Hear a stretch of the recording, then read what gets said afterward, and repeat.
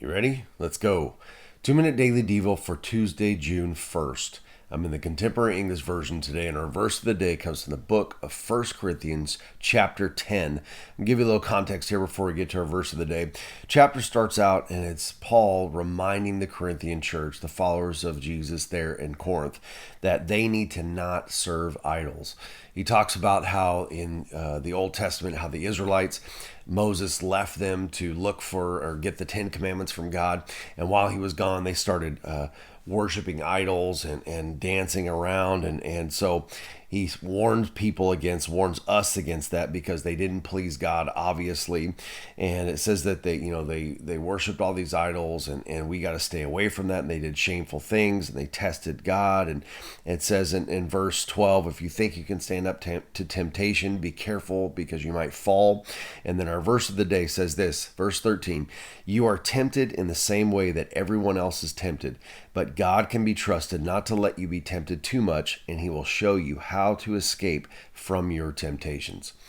You know, this is important for us to know, and we say, well, we don't really have idols today like they had. Like, we don't build gold statues and worship that, but you know what? We have our own idols. Some people worship their careers. Some people worship money. Some people worship material things. Some people worship, relationship. It doesn't matter, whatever. There's a lot of things that we choose to make idols in our lives, and we need to be careful of that. Paul is saying here, hey, we need to be careful not to worship idols. We need to make sure that we are focused on God. And it says that we're tempted just like everyone else is tempted. There isn't any person that's ever lived that hasn't been tempted to turn their eyes from God and to worship something else. But again, as I said yesterday, God's not sending that temptation. That is just the natural thing that happens in life because we live in a fallen world.